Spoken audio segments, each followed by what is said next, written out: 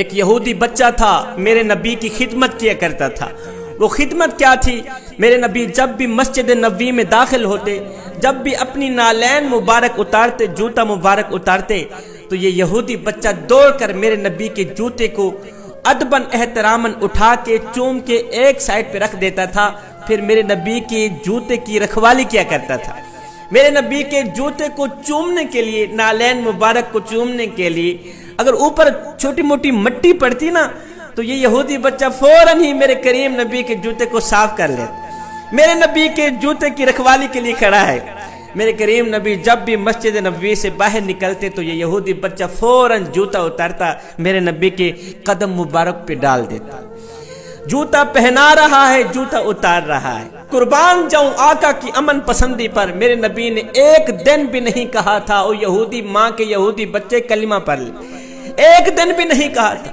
میرے نبی جانتے ہیں یہ خود بھی یہودی ہے، اس کی ماں بھی یہودی، اس کا باپ بھی یہودی، ایک دن بھی نہیں کہا کہ تو کلمہ پڑھ کے مسلمان ہو جا۔ غلامی کرتا رہا۔ ہائے میں قربان جاؤں یہودی بچے تیرے مقدر پر، وہ نالین جو فرشتے اٹھانے کے لیے ترستے ہیں، یہودی بچے نے ایک بار نہیں ہزاروں بار اٹھائی ہیں، ہزاروں بار وہ جوتا چوما ہے، ہزاروں بار وہ نالین مبارک چومی ہے۔ آئے روزانہ آنے والا، روزانہ نظر آنے والا، روزانہ خدمت کرنے والا بچہ ایک دن نظر نہ آیا۔ ایک دن گزرا، دو دن، تیسرے دن میرے آقا نے پوچھا صحابہ وہ بچہ جو میری غلامی کرنے کے لیے آتا تھا، جو میری نوکری کے لیے آتا تھا، مجھے جوتا پہنا رہا ہے، جوتا اتار رہا ہے، میرا جوتا صاف کر رہا ہے، روزانہ نظر آنے والا بچہ 3 دن ہو گئے ہیں، نظر کیوں نہیں آ رہا؟ کسی نے کہا آقا وہ بچہ بیمار ہو گیا ہے اور بہت زیادہ بیمار ہو گیا۔ میرے کریم نبی نے فرمایا صحابہ آؤ پھر چلتے ہیں، اس کا حال پوچھنے کے لیے اس کے گھر جاتے ہیں۔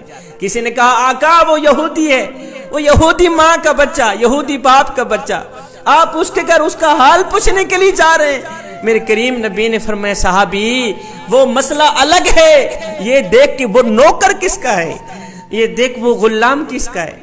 میرے نبی اس کا حال پوچھنے کے لیے اس کے گھر پہنچے، دیکھا آدھی روح اندر ہے، آدھی روح باہر ہے، زندگی موت سے جنگ لڑ رہا ہے۔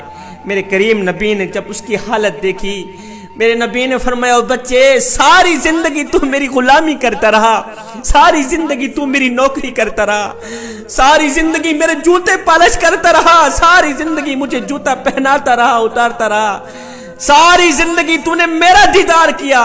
میں تمہیں ایک ایسا تحفہ دینے آیا ہوں کہ مرنے کے بعد میرے اللہ کا دیدار بھی کر لینا، مرنے کے بعد میرے مالک کا دیدار بھی کر لینا۔ اور بچے اب پڑھ لے، اب میں تجھے نوازنے آیا ہوں، تیری ساری زندگی کی نوکری کی جزا دینے آیا ہوں، پڑھ لے لا الہ الا اللہ محمد الرسول اللہ۔